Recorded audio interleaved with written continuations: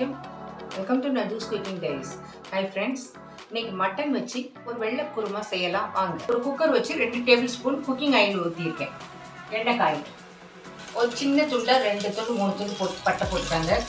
ஒரு 2-3 ஏலக்காய், 3 கிராம் எண்ணெய் ஆட் பண்ணிட்டாங்க. வெங்காயம் வதங்கிறதுக்கு தேவையான உப்பு போட்டுக்கோங்க.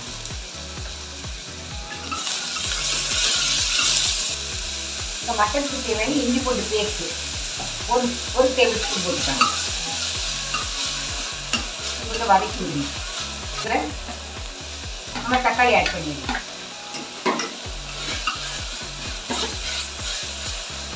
இந்த டிஷ்ஷுக்கு காரமே நம்ம பச்சை மிளகாய் தான். இதை லேசாக கீறிக்கிட்டு சேர்த்து விட்டுருங்க.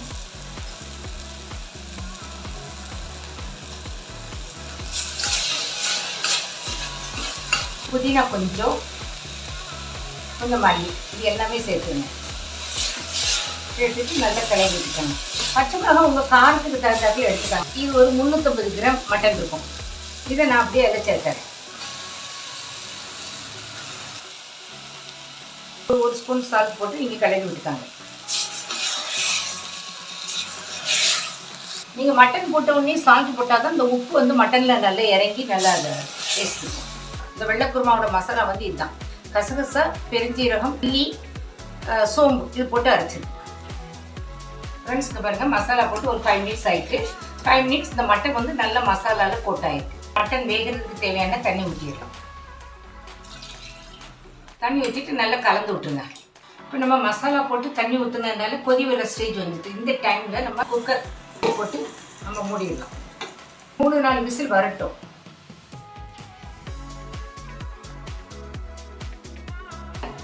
நம்ம ஸ்டீம் அடங்கிடுச்சு, மட்டனும் வெந்துருச்சு. மசாலா வாட போகணும், ரா ஸ்மெல் போகணும், பச்சை வாசனை. அதனால இது கொஞ்சம் நம்ம சிம்மில் போட்டு கொதிக்க விடுவோம். இப்போ இந்த ஸ்டேஜில் உங்களுக்கு எவ்வளோ தண்ணி தேவையோ அதை நீங்கள் உங்களுக்கு ஆட் பண்ணிக்கலாம்.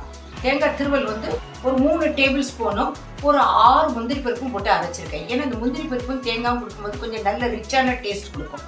இன்னும் ஃப்ளேவர் நல்லாயிருக்கும். நான் இப்போ இதை நல்லா சேர்த்துறேன்.